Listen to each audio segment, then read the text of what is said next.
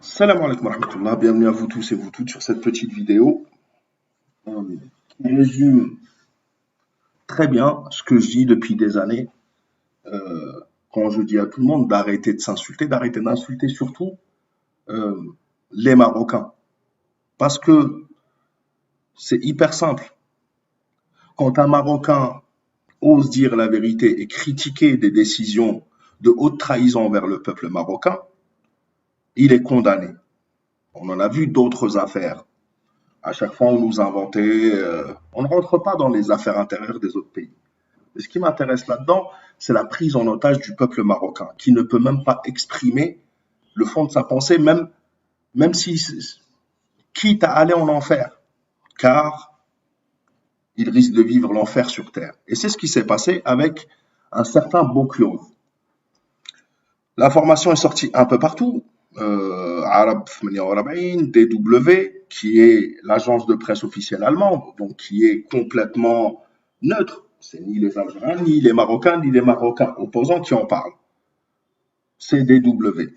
Arabi 21, MCD, tout le monde parle de lui, Télévision Al-Jazairi, Jaridat Al-Quds Al-Arabi. Depuis 1 ou 2 jours, Le Desk, qui est un journal marocain, on va prendre l'article publié par DW, qui est une chaîne d'information appartenant à l'État allemand. On va faire la traduction. السجن 5 سنوات لمغربي بعد تدوينات ضد التطبيع اعتبرت مسيئة للملك. 5 ans de prison pour un Marocain après des messages ou une publication sur Facebook contre la normalisation ait été jugé offensant pour le roi. Bah oui, critiquer l'entité et la normalisation et la haute trahison envers l'humanité, envers l'islam, envers les Palestiniens, etc., c'est une insulte au roi apparemment, dans le pays des merveilles. Je vous l'ai dit, je vous le répète, ne pas insulter, parce qu'en réalité, même ceux les plus farouches, zélateurs auprès du Marzen, sont eux-mêmes pris en otage. Et j'ai étudié la chose et je sais que le peuple marocain, dans sa grande majorité, est pris en otage depuis au moins 1912. Donc, qu'un Marocain a été condamné à 5 ans de prison pour des messages critiquant la normalisation par le royaume de ses relations avec Israël, considérés comme offensants pour la monarchie et pouvant être compris comme un reproche au roi. Bah non, tu n'as pas le droit.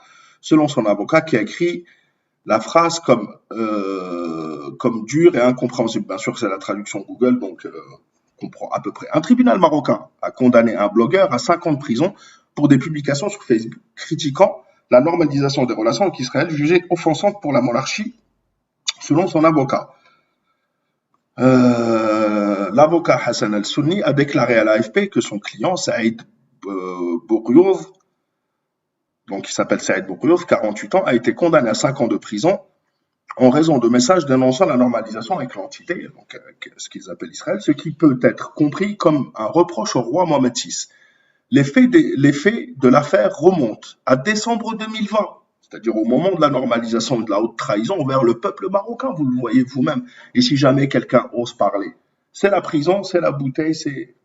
Donc, je le dis, je le répète, je ne suis pas là pour faire de la sociologie ou m'ingérer dans les affaires étrangères. Ce qui est sûr, c'est qu'il ne faut pas s'insulter, ça sert à rien. Seul le Marzen et l'entité sont heureux quand ça se passe comme ça. Et je suis pas là pour dire non, on se laisse faire. C'est pas la question. Ceux qui défendent les Mkhazni, qui défendent l'entité, on sait quoi en penser. Mais la grande majorité qui n'est pas sur les réseaux sociaux, sur les pages en train d'insulter, etc., ne peuvent pas s'exprimer. Parce que s'ils s'expriment, c'est 5 ans de prison. Simplement pour avoir critiqué la normalisation. Il n'a pas critiqué le roi ou la monarchie ou le peuple ou insulté. 5 ans pour avoir critiqué la normalisation. Donc moi, je ne peux pas en vouloir. Je ne peux pas leur en vouloir à, à lui, à Bourgogne. Est-ce que je peux, moi, insulter lui, qui a pris 5 ans pour avoir critiqué? Il n'a pas à aimer l'Algérie ou ne pas aimer l'Algérie. Mais je sais une chose, Kalimat al-Haq, dire la vérité avec un V majuscule, ça te vaut 20 ans de prison, ça te vaut des problèmes au commissariat, on sait comment ça se passe dans leur commissariat, ça te vaut 5 ans de prison pour une publication.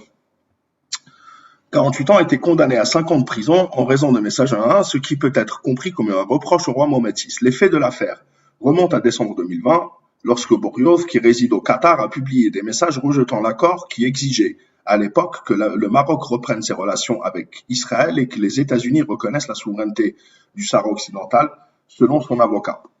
L'avocat a expliqué que l'accusé a supprimé ces messages et fermé son compte lorsqu'il a appris qu'il y avait une affaire contre lui au Maroc. Mais il a été arrêté à son retour à Casablanca la semaine dernière. Pourtant, il a tout supprimé.